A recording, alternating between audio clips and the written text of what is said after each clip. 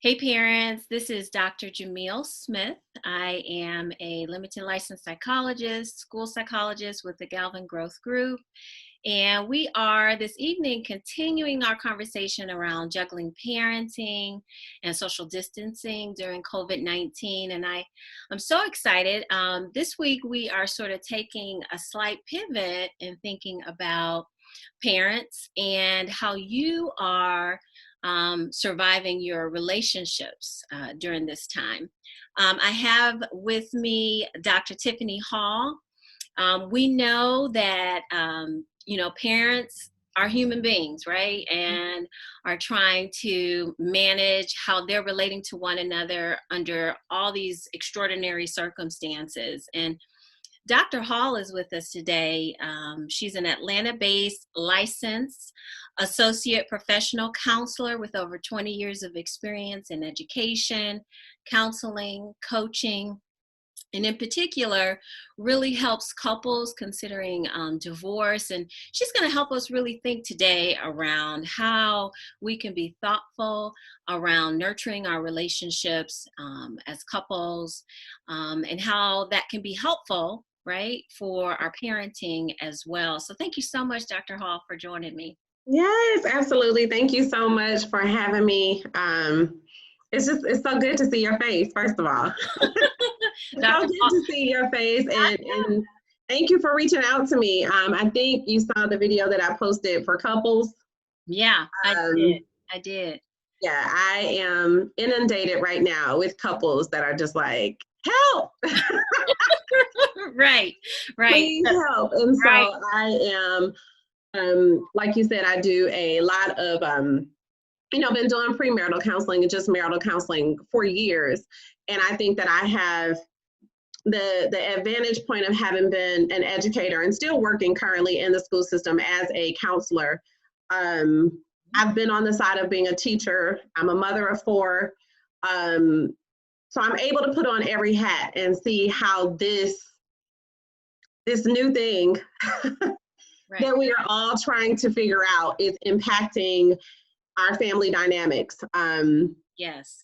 And unfortunately, it's very difficult for married couples, and especially married couples who are parenting right now, and even singles that are parenting right now. I think the whole parenting part is just kind of tricky right now. Right. These are extraordinary circumstances for all of us. Tensions and stressors are high and can be high for a number of reasons. And so, one of the things I wanted to do with this time is just to give couples and parents some things to be thinking about, just to help you kind of navigate and bring some sanity to, how you're trying to manage this. So, when I saw your Facebook post and you were talking about just some things to be doing to kind of nurture the relationship, I guess it brings me to, what are you thinking are some of the most important things for parent couples or couples who are parenting to be doing while we're social distancing and staying at home? Okay. Of course, that's a loaded question. Right. And I know that we can't talk all day. So I will try to, narrow things down and try to be as succinct as possible. What I do want everybody to understand is that when you hear these different talks and you hear different people giving advice and tips and strategies, I don't think right now is the time to feel like you have to do anything. I am very sensitive to the fact that this is impacting people in different ways. Okay, so I do want everybody to know that I may share a tip or a strategy, or you may hear something that doesn't work for you. And it's okay. That's the number one thing. It is okay. If it does not work for you, I want everybody to, you have the autonomy to choose what this looks like. I've been talking to a lot of people in crisis right now, and my bottom line right now is peace. Peace. Whatever that looks like for you, that does not harm yourself or harm the people around you, you have to create whatever that looks like for you. So I try every time that I speak to a client or do something like that, I try to give that kind of caveat so that nobody feels like, well, I'm not doing that, so I must be doing something wrong. Or I'm not feeling that way, so what's wrong with me? It's absolutely none of that. So please, take what you need from this and, apply it accordingly. All of us have different, circumstances. I, again, mother of four myself. I am a divorced mother of four. My ex-husband lives about 25 minutes away, and we have joint custody of our three children. Their ages 18, 15, and 14. And so we've had to find a balance too. So I need people to understand that too, that even the educators, even the therapists, even the working professionals, we're all like, what, what are we supposed to be doing? It is extremely important to me right now for couples to, first of all, remember that you're a couple first, okay?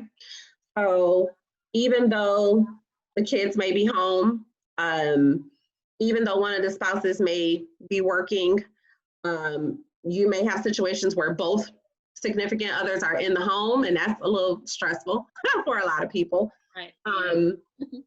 You are a couple first. And so you have to, and this is difficult when people are working. So remembering that unit within the family structure is extremely important, and that you have to find time to nurture that. Right, because we can sometimes forget and focus all on the kids, but focus all on the kids, or focusing on yourself. Like, I think that we have to find a balance. Like, you will lose it. You will lose it right now if you cannot find the balance between all of the roles that you have to play. And I think that when you are married and you're parenting, now is like you have to wake up in the morning and get everybody up. You have to provide some type of breakfast. You have to provide some type of lunch. You have to provide some type of dinner. You have to look at the lessons that the teacher maybe has sent out. You might be working from home, so you still have to maintain what you're doing from home. You have to take care of your spouse, because now they are more in your space than they've ever been before. And so some of the needs that they may have had before that were minimal, they've now been maximized because they're home and they're sitting there, and they may be looking at you like, babe, what's for dinner? Dude, we just had lunch. Like, okay, so still some time away for each other, definitely. I do believe that I'm kind of straddling the fence here. So again, do what works for you. I feel like right now, because what we do have is time, you can be a little bit more flexible with your time. You don't have to be so rigid with a schedule, okay? That being said, I do believe that having some type of structure in place is beneficial for everybody involved, okay? Especially when you're dealing with children, because they are used to waking up, going to school, having socialization with their friends at school, having lunch at school, then the academic part, and then they're used to after school activities, and then coming home and having dinner and things like that. People with small children, they have naps incorporated into their days at school. They should have naps incorporated into the time at home as well, my opinion. So for those of you with small children, please make sure that they are still getting in some rest time. Not only is it beneficial for them, but it's beneficial for you as a parent. And so if you feel like you need to put some structure and some rules into place, some schedules, I think that for some people is very beneficial. Some people, listen, my kids are older. So when they were here last week, my thing is get up. I don't even care what time. Like, if I'm up and moving at 12 and y'all are still asleep, it's a problem. Okay. So then I'm going through the house like, everybody get up, like everybody wake up. Okay. Yeah. But if you have school, get on your school, handle your work, do what you have to do. I'm so lucky that I have older children, so they are pretty self-sufficient academically. Yeah. So when you talk about, what I hear you talking about is there's a lot to consider, Mhm. and take into account since everybody is at home. Mhm. And I hear you talking about structure and routines. When you think about the structure and routines and how it's helpful for the kids, how is that helpful for, parents as in their relationship, or how they're sort of just functioning together too? Um, think that providing structure for the kids will, and now I'm talking about the mental space here. Mm-hmm. I think in these times of our uncertainty for kids, the structure provides some sense of normalcy, Right. which will then for them cut down on some of the stress, the anxiety, the inability to socialize with their friends. I believe that parents should allow space for all of that. Um, I believe that having that structure in place with the kids, again, in that you can incorporate some, this is my me time, which is, I think, is extremely important right now. And then this is our couple time, and then also add in some family time. Right. There's so many, like I said, there's so many ways, so many things that we could talk about. I think family time right now is so important. Right. Um, And family time, right? So family time and couple time, all of those things kind of work together to make yes, the whole system, the whole household function in some kind of healthy way, yes, right? Right? yes, Yeah. yes, absolutely. And so, um, people have, family game nights, things like that, that maybe you guys have board games that you've never pulled out because you didn't have time.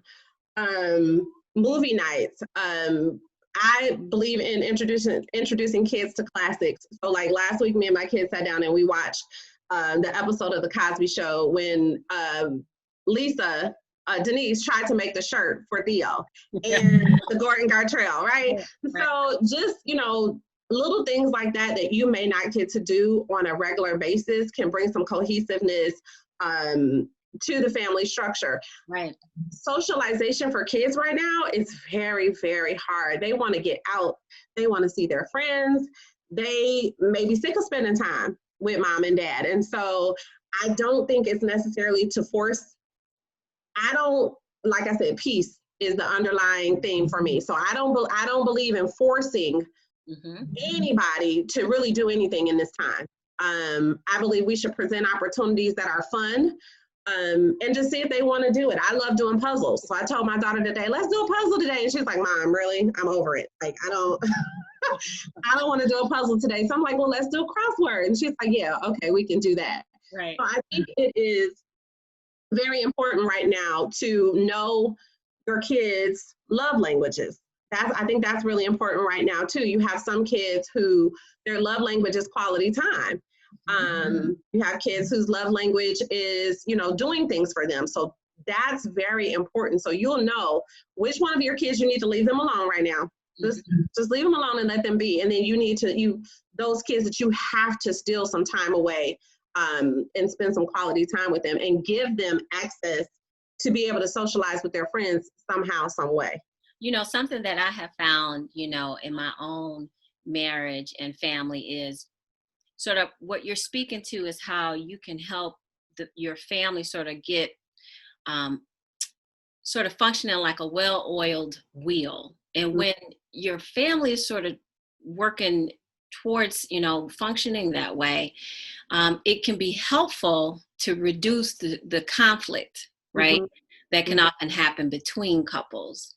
And so I think what you're speaking to is under these, extraordinary circumstances, what are some ways to bring structure, to bring normalcy and cohesiveness to the whole family that might contribute to, how you and your partner or you and your spouse might be relating. So what are some things that, couples can do with each other while everybody's still under the roof? There's not really going out to go on a date. There's not really, necessarily getting away from the kids maybe, but what are some things that couples can do together to find that me time, or that time just for them? Yeah.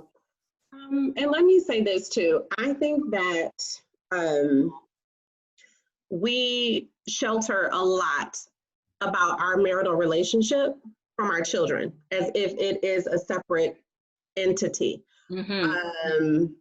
And I think that's very unhealthy. Say more about that. um, some parents feel like they can't show affection. There's no hugging, there's no kissing in front of the kids. There is no arguing in front of the kids. And hear me on this. I am not saying that you should be calling each other out of your name or yelling or saying hurtful and damaging things in front of your kids. You shouldn't be doing that at all, obviously. But you should be able to have all types of conversations with your spouse in front of your kids. That is how your kids will learn how to navigate the relationships that they get into in the future. And so what you model for them is going to be what they're looking for when they start dating. It is going to dictate how they manage when they are in a relationship. And so I think it has done many of us a disservice, because we didn't get to see, for some of us, you didn't get to see the love and affection. For some of us, you didn't get to see any arguments, any conflict. And so when you get into a relationship and there's conflict, you don't know what to do. Right. Because you've never seen it. I think a lot of parents they separate that relationship from the kids. You know, they take the relationship and it's behind closed doors. Mm-hmm. You know, what we do in our bedroom is what we do in our bedroom. When we come out, we're mom and dad, but you never get a chance to see us as Mr. and Mrs. Smith, you know, and that is so important. It is so important. It is so important. And it really, you know, I think reinforces the opportunity that, you know, we were talking earlier off camera around what this time and the opportunities that there are for being with each other. And, you know, how we use this time. There's a lot of opportunity in it, even amongst all of the devastation and bad news. And, you know, this idea that, you know, you are being a model for your kids, number one, just, you know, on how to relate to one another, but two, how to function in crisis and chaos and unusual circumstances. How can we as a family still support each other, be with one another, connect with one another? That's such a great point. Yeah, and it's so funny that you said that. It's, I think I'm a very transparent parent, okay? And I know for some people that can be difficult, but my experience having been in the classroom, like I have taught everything from pre-K to middle school to college courses. I have been a university supervisor to help teachers prepare to go into the classroom. So just being able to be in that space with children on so many different levels gives you just the opportunity to see they are human. I mean, these little people, and I call out my students little people. These little people are looking for structure. They are looking for guidance. They are looking at you to figure out how to navigate these spaces that they are in. And in this time, a lot of us adults, we just like, look, I don't know. Right. I don't know. And I am so sorry that I don't have the answers. I don't know when this is going to be over. My kids were like, do you think we're going back to school? A couple weeks. Listen, y'all, I don't know. And it is okay. I think it is okay for parents not to know in this time. I think it is okay for parents to tell their kids, this is messed up. My daughter is a senior in high school, 4-year varsity cheerleader, broke a record. Like, we were having her, getting ready to have her cheer banquet and graduation. She was looking at prom dresses. And when she found out that school was closed, because they keep saying, don't say school is canceled, it's not canceled. But school is closed. Activities are canceled. She's a very quiet child. My child doesn't wear her heart on her sleeve. But when she got that news, because I know who she is, I went in her room and she shook her head and she was telling me, don't come any closer. But I know my child enough to know I'm coming closer. You're going to cry. And I'm gonna let you do it because that's what you need to do. I don't want you now. If there was a time where I needed to respect her space, I would have backed out and let her have that moment. But in that time, I needed to go in as her mother and say, this is messed up. It is. It is completely messed up. You have the right to be angry right now. You have the right to be upset. And as your mother, it hurts me because I can't fix it for you. So she cried. She had her breakdown. I said, listen, at this point, I want to support you in whatever that looks like, as long as it's healthy. So now I'm backing out of the room. And if you want to be in here for the rest of the day, I'm okay with that. The day after that, she slept. She was in her room all day the next day, so that wasn't one of the days where I needed to be screaming around the house, everybody get up, everybody do something. No, she needed time. So I think parents have to model for our kids right now that it's okay. Yeah. It's okay to feel the feelings is what I call it. It's okay to feel the feelings. And as your parent, I'm there to support you. And it's also, I think it's important for parents to take time outs too. I was on one Saturday. I'm not even gonna lie, I was on one myself on Saturday. And I was fussing about everything, okay? And I finally said, you know what? It's not y'all, it's me. Mm-hmm. So let me go sit outside on my little, my little patio. Let me go sit in the sun, soak up some of this vitamin D. Let me get my word search book. Let me get my coloring book. Let me get my phone and let me take some time for myself. And I think that couples need to do that.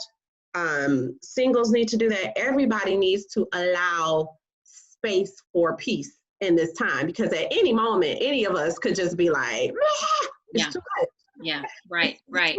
It's important that, as you say, we feel the feelings and we allow our kids to see us actively coping, actively, trying to get through what is a very difficult set of circumstances. Because again, like you say, that's the model that we're presenting for them. And if they need space or if we need space, all of those things are on the table and totally legitimate, right? Because that's sort of how you are able to build resilience, right? You got to actively try to do what works for you, find what works for you, feel the feelings, and try to use what you're going through to build new strategies and capacity, right? And so those things are, thank you for highlighting that. Absolutely. I think that relinquishing control right now is so important. Especially I will say that I like to be in control. I think most of us, you like to be in control because control gives us security. And right now, with things being so uncertain, a lot of us are fearing that loss of security, because it's like, we don't know. And controlling things is how we, kind of manage that space. But it's very important right now to be very cognizant of what you can control and what you cannot control, and the things that you cannot control, be it in your marriage, be it as a parent, be it with work.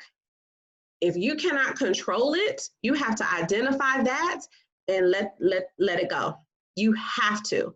And then you need to focus on the things that you can control. So like with my daughter, when it was time, now timing is so important right now. It was not time for me to go in her bedroom that day and say, okay, school is canceled or closed, so what? get over it. You can't control it. No, it was not the time for that. That time was for her to feel the feelings. And then when she was ready, I said, when you're ready to talk about it, let's talk about it. So now let's talk about what we can control. We cannot control the fact that school has been closed for the rest of the school year. We cannot control the fact that you were going to take the ACT and now they've canceled all of the tests. We can't control that. But what we can control is you reaching out to North Carolina A&T, they were waiting for your ACT scores and letting them know, I'm still very interested in being a student here. However, I'm no longer able to take the ACT. These are my accolades that I've achieved thus far. This is why I think I would be an asset to your university. We can do that. Right.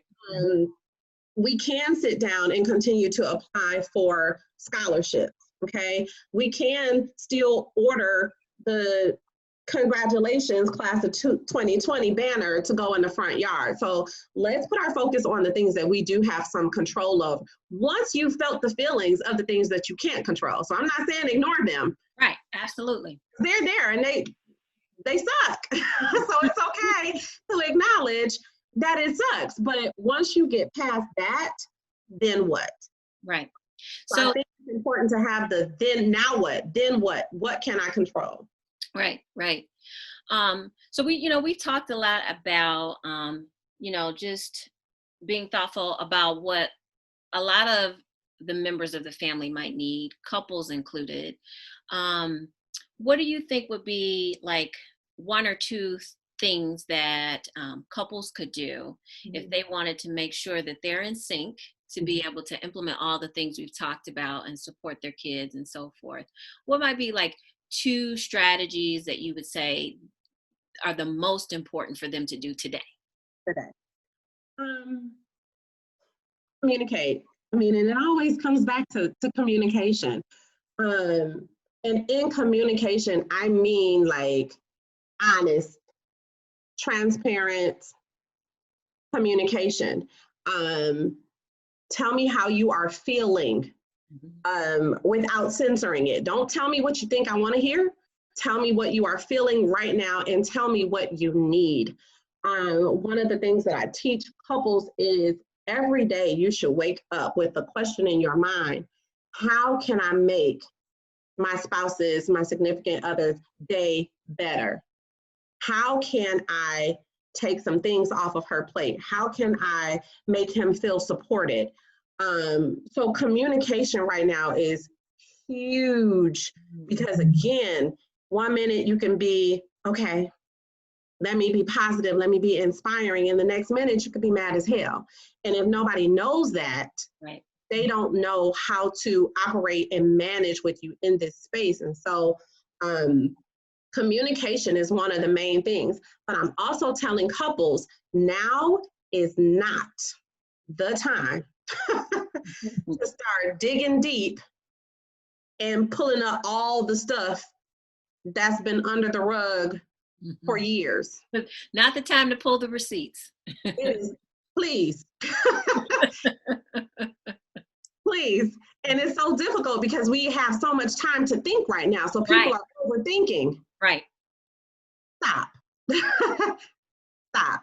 So one of the things I tell people to do when those thoughts start coming in, you close your eyes, you do your hands like this, and you just say cancel, cancel, cancel. And you do that, and I really do the motions and everything because you got to cancel those thoughts and think about what is working right now today. You don't want to start pulling up all of this other stuff when you don't have the tools or the resources or someone there to mediate it, because now you find yourself confined in your house and y'all arguing about something that happened in 1995. Like, now is not the time. So communicate with each other on a daily basis. Like, everybody needs to do a mental check-in every morning anyway.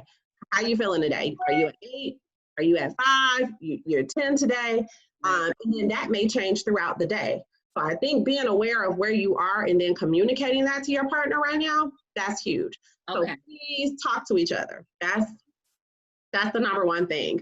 I think that it's also important to tag team. I'm hearing from a lot of women that they are overwhelmed. They are tired of cooking.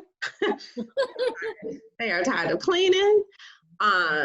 So it's like the traditional roles that are expected of a wife or of a mom in this situation, now it is exacerbated because you're at home all day long. And unfortunately, in situations where traditional roles are still present, but now the father is not going out of the home and working, he might just be sitting back like, where's, you need to clean up, or you need to, what are the kids doing, or what's for dinner? And it's like, no, we really need to have a conversation and tag team this. Mom cannot be everything to everybody 24 hours a day, 7 days a week, confined in the house. Not okay. So you guys have got to come up with some strategies to tag team. Give mom a break. Mom needs a break. And in some situations, dad needs a break or grandma needs a break. So implementing some tag team approaches, not feeling like you have to do everything the way that it's always been. It might not be steak, potatoes, and green beans and cornbread for dinner tonight. It might be hot dogs and baked beans, and I need y'all to be okay. Cereal or yes. bagels.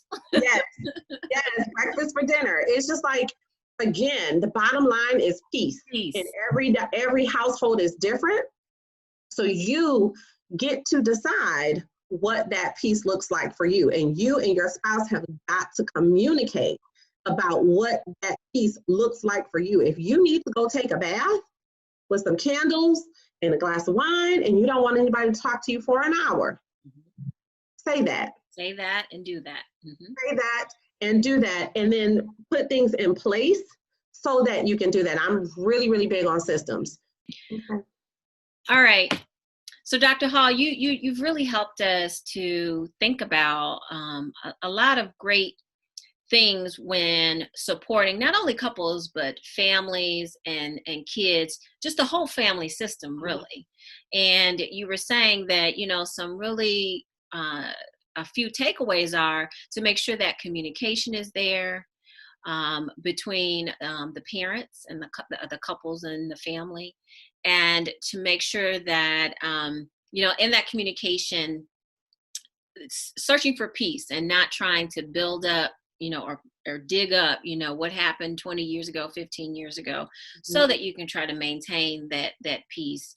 You also reminded us that we need to have, the systems in place. So really going back to thinking about routines and structure, just so we can make sure we have some sense of normalcy, and that we tag team, right? So that we are working as a team, working as a unit, to make the household function, so that one person gets what they need and another person isn't overwhelmed just because everybody is at home.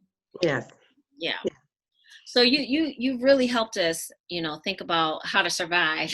Yes. While we're trying to do this thing.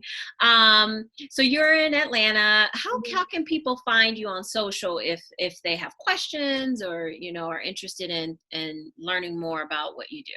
Okay. So let me see.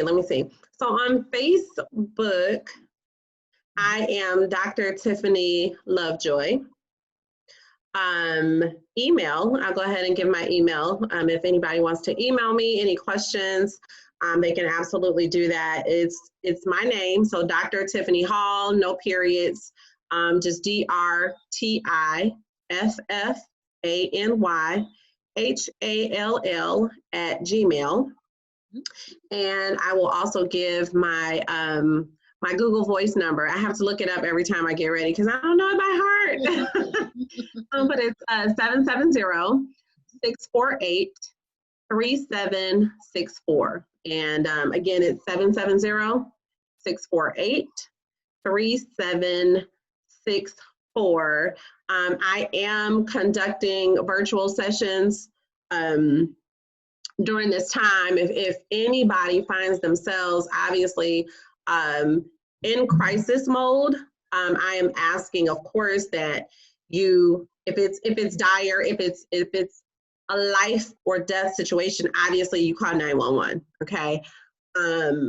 But if you're already in counseling, if you already have a mental health diagnosis, if you're already seeing a therapist, please, please, please reach out to your therapist and see how they are conducting business during this time. Please do not assume that there is no help available, because there is help available.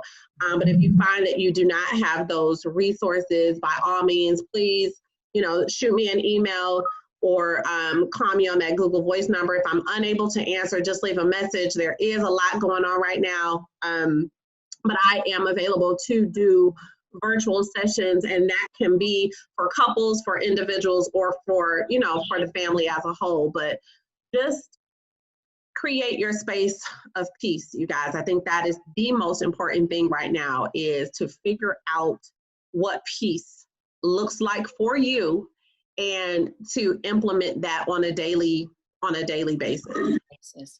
All right. Well, thank you so much. We really appreciate you sharing with us your expertise and your knowledge, and giving us a lot of good tools to help us get through this together. All right. Absolutely. So be sure to contact Dr. Hall, and we'll be with you next week, continuing our series on juggling parenting and social distancing. Thank you so much. Thank you for